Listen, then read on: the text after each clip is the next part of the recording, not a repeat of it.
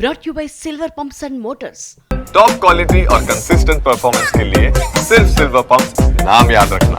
దేశంలో జరిగే అతి పెద్ద రథయాత్ర పూరి జగన్నాథుని రథయాత్ర మరి కాసేపట్లోనే ప్రారంభం కాబోతోంది.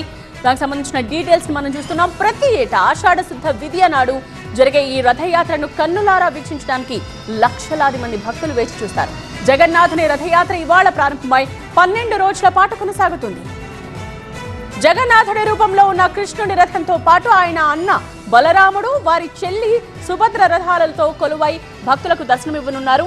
లక్షలాది మంది భక్తులు వెంటరాగా ఈ రథాలు జగన్నాథుడి భారీ ఆలయ ప్రాంగణం నుండి అక్కడికి 2.5 కిలోమీటర్ల దూరంలోని గుండిచా మందిరానికి రథాలపై తరలి వెళ్లనున్నారు. ఒకరోజు యాత్ర తర్వాత 3 మూర్తులు 7 రోజుల పాటు గుడించా ఆలయంలో విడిది చేస్తారు. 9వ రోజున తిరిగి ప్రధాన ఆలయానికి వస్తారు. జగన్నాథుని రథయాత్ర వేడుకకు 12 లక్షలకు పైగా భక్తులు పాల్గొంటారని అంచనాతో అధికారులు దానికి తగినట్టుగా ఏర్పాట్లు చేశారు.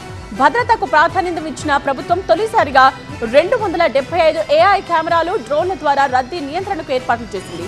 దీనికి తోడు 10,000 మంది జవాన్లను నియమించింది.